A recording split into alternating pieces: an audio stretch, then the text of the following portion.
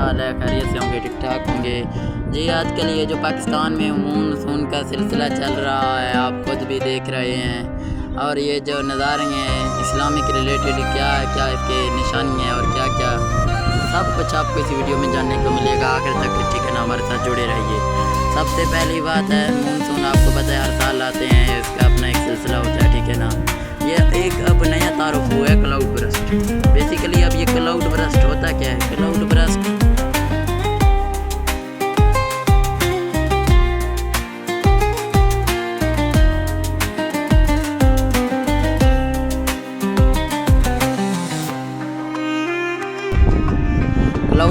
بادل پھٹنے کو کہتے ہیں۔ اب یہ آپ لوگوں کا سوال ہوگا کہ بادل کیوں پھٹ رہے ہیں، کیسے پھٹ رہے ہیں؟ بادل پھٹنے کے بھی یہ وجوہات ہیں کچھ، ٹھیک ہے نا، وہ میں آپ کو اس ویڈیو میں بتانے جا رہا ہوں۔ تو سب سے پہلی بات ہے کلائمیٹ چینج ہونا، موسم کا آب و ہوا کا چینج ہونا، کلائمیٹ کا چینج ہونا، یہ بھی ایک وجوہات ہے، ریزن ہے، ایک وجوہات ہے بادل پھٹنے کے، ٹھیک ہے نا۔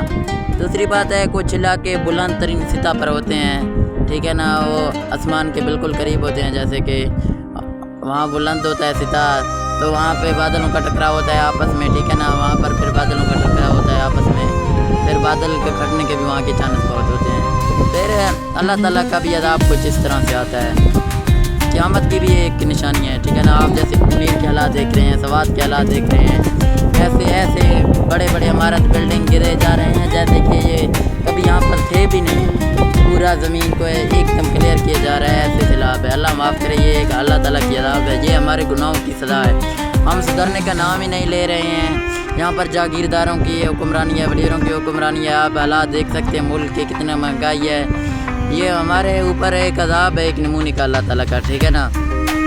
باقی میں زیادہ یہاں پر کچھ نہیں کہنا چاہوں گا، باقی میرا کام ہے آپ کو آگاہ کرنا۔ ہم سب کا ابھی بھی ہمارے پاس وقت ہے، ہمیں توبہ کر لینا چاہیے، اگر ہم نے توبہ کر لیا تو شاید ہمیں اللہ تعالیٰ بخش دیں گے۔